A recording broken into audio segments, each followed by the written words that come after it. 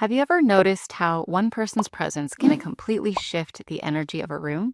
Like how one person's calm or anger can ripple through an entire family. That's because we are deeply connected, whether we realize it or not. And here's the thing, every step you take toward your own healing doesn't just change your life, it has the power to transform your family dynamics and even ripple out into the world around you. In this video, we're going to dive into how your healing journey creates real, measurable change in your closest relationships, your children, your community, and even future generations. I'm passionate about helping people holistically in all areas of their health and life and to live in alignment with the natural and spiritual principles that govern us. We live in a world that loves quick fixes. Have a headache? Take a pill. Feeling anxious? Download an app. Feeling unwell? Try this diet plan, this cleanse, this supplement stack. And while there's nothing wrong with seeking relief through some of these strategies, the truth is real healing was meant to be deeper. And your personal healing isn't always just about you.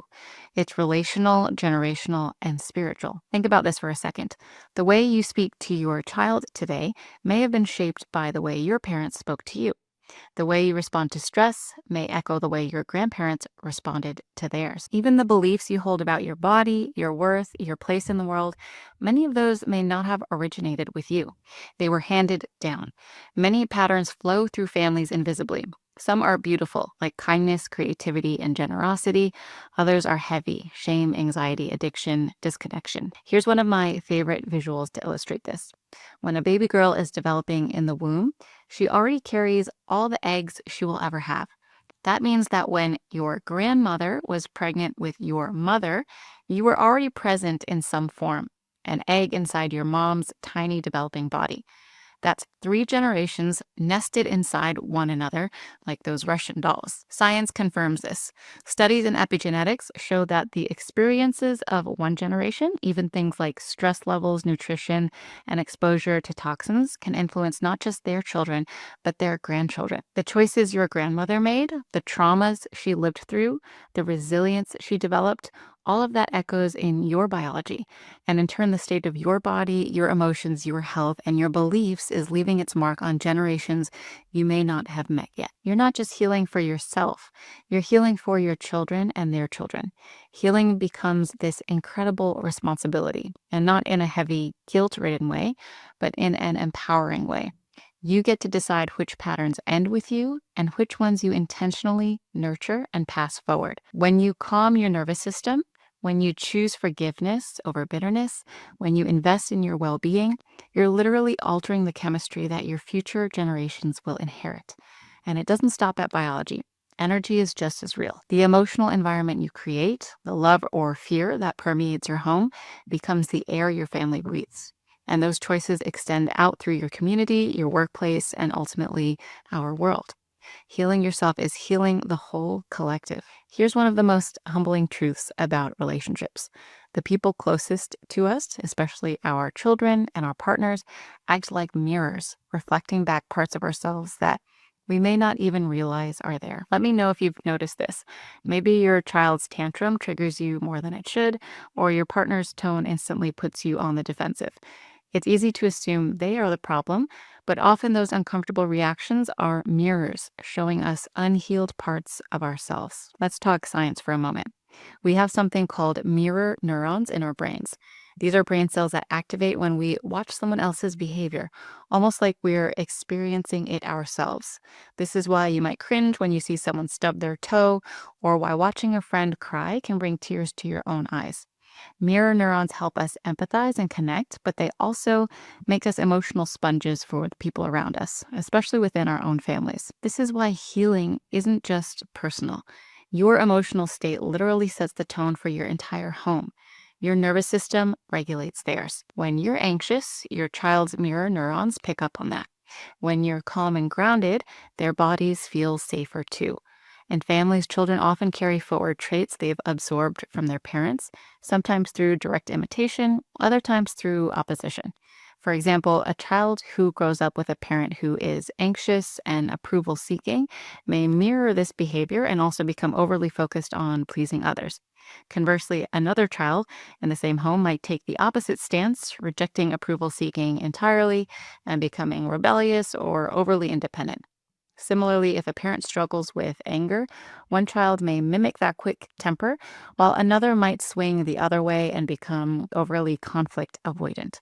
This dynamic shows that what's passed down isn't just genetic or environmental, it's also relational. Children are not blank slates, they're deeply attuned to parental cues and internalize these dynamics either by aligning with them or pushing against them. Both strategies are adaptations to the same family system. Here's the spiritual layer of this.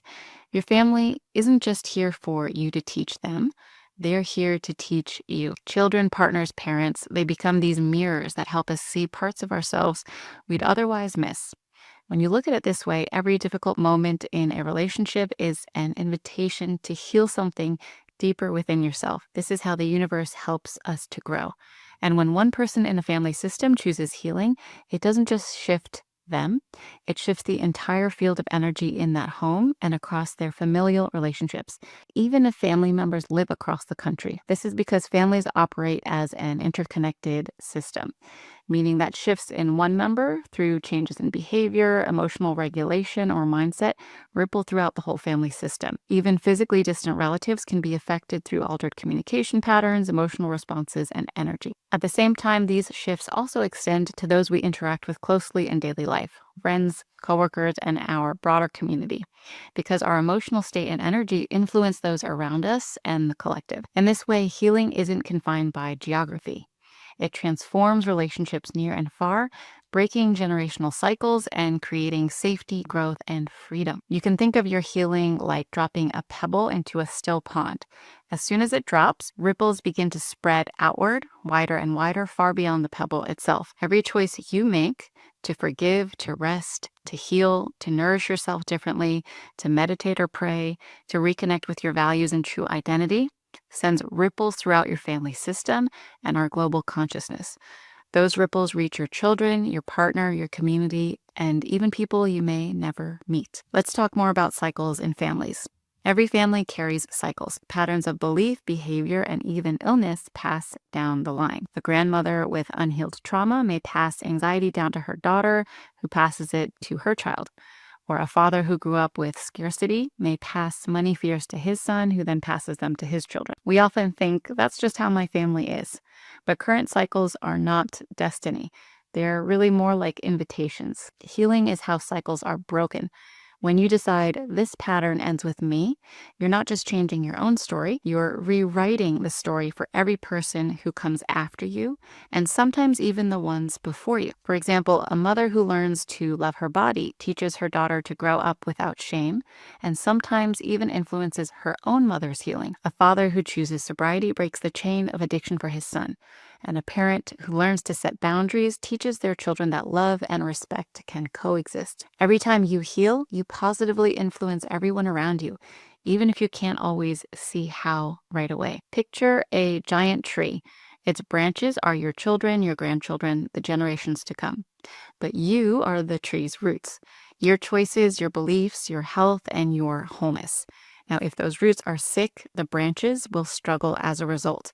But if the roots are nourished, the whole tree thrives. Healing yourself is how you strengthen the roots, not just for your own life, but for generations that grow out of you, even the ones you may never see in your lifetime. And this is a powerful image in reflecting about your own life. You are the branches of your ancestors' tree, your parents, grandparents, and beyond. Thinking of life in this way can help us have gratitude for the strengths that were passed down and also have compassion and understanding for areas that may not have been nourished as well, usually from generational challenges or lack of understanding or resources from our ancestors. What will always be true is that we hold tremendous personal power to influence our lives and the lives that extend beyond us. So what does this actually look like? Healing doesn't always mean big dramatic breakthroughs. It's often in the small daily choices. Healing is speaking kindly to yourself so your children learn self-compassion instead of criticism. Healing is apologizing when you're wrong, showing your family that love is stronger than personal pride. Healing is resting when you're used to pushing through exhaustion or saying no to what drains you so you can say yes to what really matters. Healing is choosing presence and connection over distraction or numbing. Healing is nourishing your body with better food, movement, and care so you have the energy to show up well for the people you love. These moments might feel simple, but they add up. Over time, they show your family and community a different way of being and create new patterns built on safety, respect, and real nourishment and connection. I'll tell you a little story. There was a woman who grew up in a home where love felt very conditional, like she always had to earn it. And those wounds from childhood didn't just disappear when she became an adult. She carried them into her marriage and into how she parented. She felt insecure, was always on edge or quick to anger and defensiveness. And deep down, she lived with this constant feeling of failure and that fear that she wasn't enough. At one point, she decided she couldn't keep living that way. She started therapy and more regular exercise. She began praying again, which had always nourished her in the past. She practiced talking to herself the way she wished her parents had talked to her, and allowed those old feelings to surface, be felt, and fully processed. Over time, things started to shift. She was naturally calmer, softer, and more present with her family. Her kids felt this too and started to feel safer and more relaxed. The tension in the house relaxed, and her marriage was improving too. Years later, her daughter grew into a young woman who said, "My mom taught me that love isn't about being perfect. It's about being real. And I never doubted that I was loved. And I saw what it looked like to work on yourself and do your best every day." Now, that daughter will raise her own kids in a completely different atmosphere, as you can imagine. And it all started because one mom decided to end the cycle and prioritize her own healing. Something else to note is that many people feel guilty focusing on their own healing. They think, "I don't have time to work on myself. My family needs me," and it feels selfish. But the truth is exactly the opposite. Healing yourself is one of the most selfless things you can do, because when you heal, you give your family a gift that they could never buy, earn, or learn in school. You give them a model of peace instead of stress, a foundation of real love instead of fear, and a vision of possibility instead of limitation. Your healing becomes their inheritance and the foundation for their own growth and development. So let me ask, what patterns are you carrying that you do not want your children to inherit? What burden could end with you so they never have to carry it forward? What cycle is waiting to be broken through your courage? This is your invitation. Your healing matters, not just for you, but for everyone around you and everyone who comes after you. Healing yourself heals your family. It heals the generations behind you by bringing closure to old wounds, and it heals the generations ahead of you by creating a new inheritance. So the next time you feel guilty for investing in yourself and your healing, for choosing differently, for breaking familial patterns, remember you're not just healing for you. You're healing for your children, your grandchildren, and generations not yet born. That pebble you drop today will ripple for centuries. So ask yourself, what cycle ends with me? If this message resonates with you, join my list in the link below for more holistic health and healing content to come. And in the comments, I'd love to hear, what family cycle are you choosing to end with you? Your story may inspire someone else to begin. Thanks for being here, and I'll see you soon.